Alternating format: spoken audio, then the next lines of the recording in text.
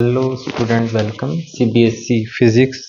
तो क्वेश्चन इस तरीके से अच्छा है कि ये नीट में भी आया हुआ है किसी टाइम पे 2009 में, लेकिन उसमें थोड़ा सा स्टेटमेंट चेंज थी। क्या चेंज थी, क्वेश्चन करते करते बताता हूँ। रदरफोर्ड एक्सपेरिमेंट में एक अल्फा पार्टिकल मास m1 का आया, अप्रोच करता है टारगेट न्यूक्लियस गोल्ड का लिया जाता है मोस्टली, Ze चार्ज का, जिसका कि मास m2 है। डिस्टेंस ऑफ क्लोजेस्ट अप्रोच यानी जहां से जाके ये वापिस आ जाता है D naught, distance of closest approach D naught है।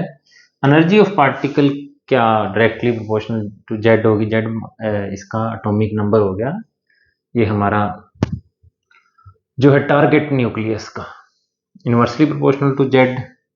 तो उसमें क्या था, नीट वाले क्वेश्चन में इसका एटॉमिक नंबर Z1, इसका Z2, तो प्रोपोर्शनैलिटी पूछा की थी, तो Z1 इंटू Z2 था। यहाँ इसका एटॉमिक नंबर की बात नहीं की हुई।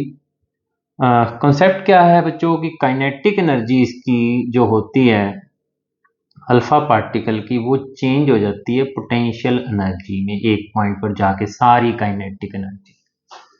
अब पोटेंशियल एनर्जी किसकी है, सिस्टम की है। इस टारगेट न्यूक्लियस प्लस ये जो है हमारा अल्फा पार्टिकल उसको अप्रोच कर रहा है, उसकी काइनेटिक एनर्जी चेंज होती जा रही है पोटेंशियल एनर्जी में। यू में उसका फार्मूला आपको पता है, के जो कि 1/4 पाई एप्सिलॉन होता है, क्यू अल्फा और क्यू टारगेट न्यूक्लियस अपॉन में आर इस केस में क्या है, डी नोट है।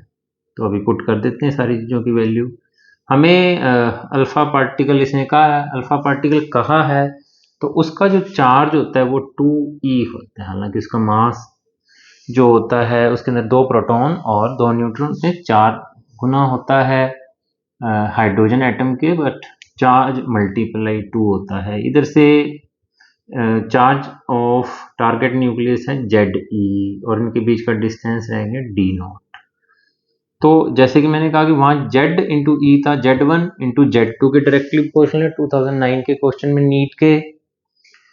यहां हमारे पास क्या बच गया, 2k e square Z upon d naught. अब ये सारी चीजें एक फिक्स कांस्टेंट है। Distance of closest approach given है, k और e कांस्टेंट है, तो u जो पोटेंशियल एनर्जी सिस्टम की या अल्फा पार्टिकल की डायरेक्टली प्रोपोर्शनल टू जेड है।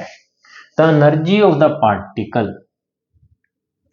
तो एनर्जी ऑफ द पार्टिकल की डायरेक्टली प्रोपोर्शनल आ जाएगी जेड के। जेड क्या है, सामने टारगेट न्यूक्लियस का जो है